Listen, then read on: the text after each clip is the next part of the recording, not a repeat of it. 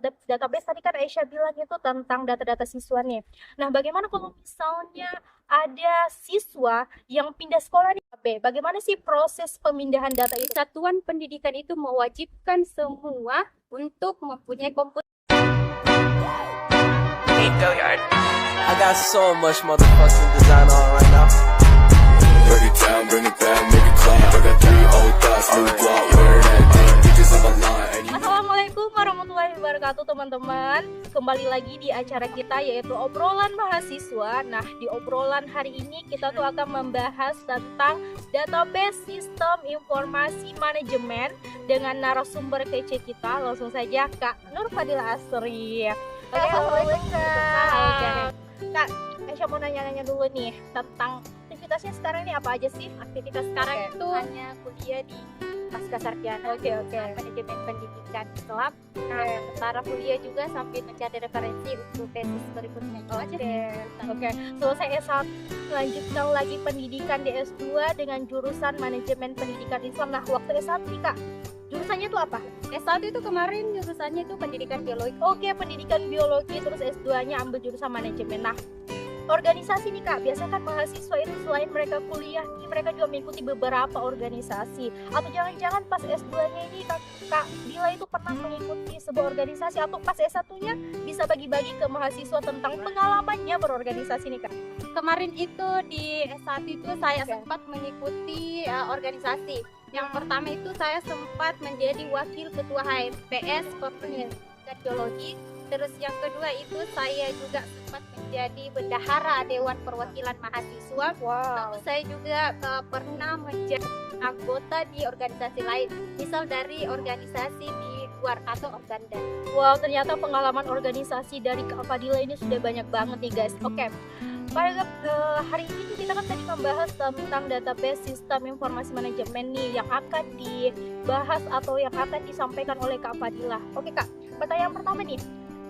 Database itu kan sebuah data yang berisikan baik data siswa dan data guru, dan dimana ketika kita ingin menggunakan database tersebut kita menggunakan yang namanya itu komputer.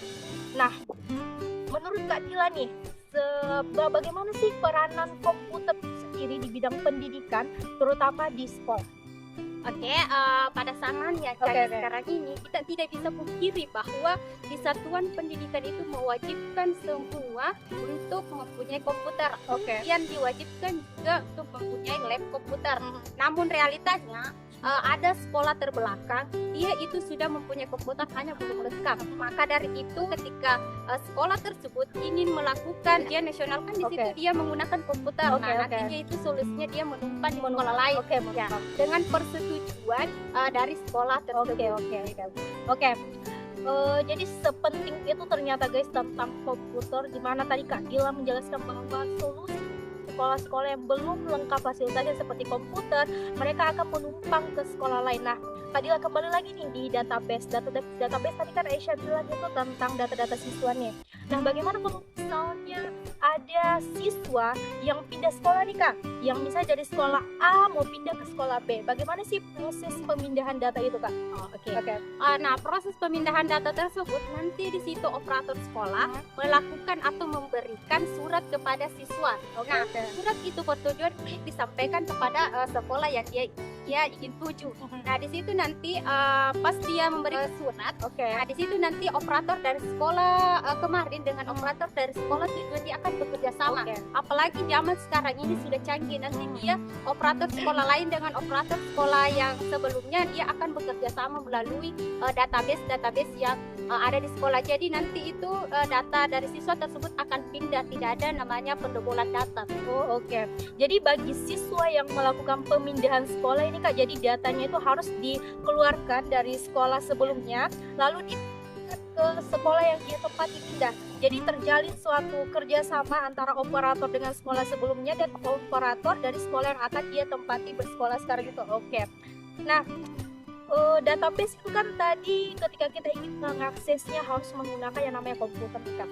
Tapi berdasarkan faktanya Kak, kalau misalnya kita mau menjadi seorang operator nih, pasti kita tuh harus pintar yang namanya menggunakan komputer mengoperasikannya deh.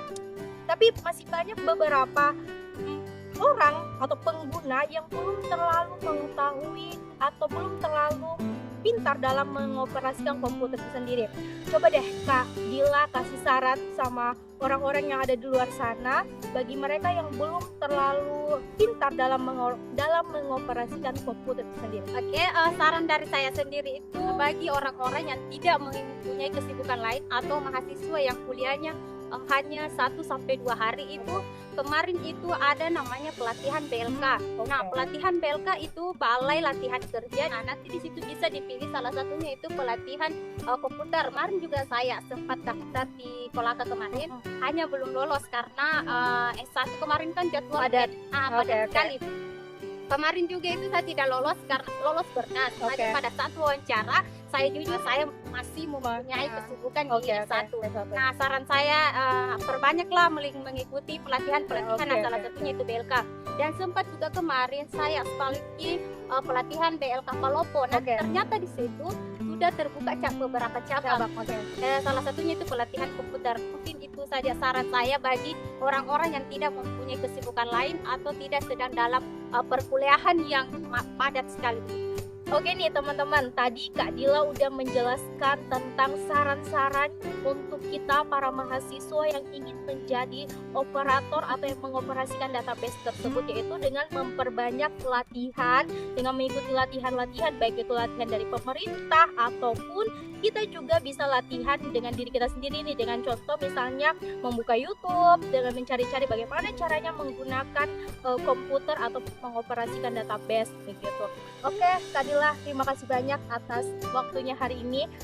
Pembahasan yang begitu berfaedah sekali, yang begitu penting banget untuk kita semua dengan menambah ilmu kita terkait database sistem informasi manajemen itu sendiri. Oke, Kak Dila, terima kasih atas waktunya.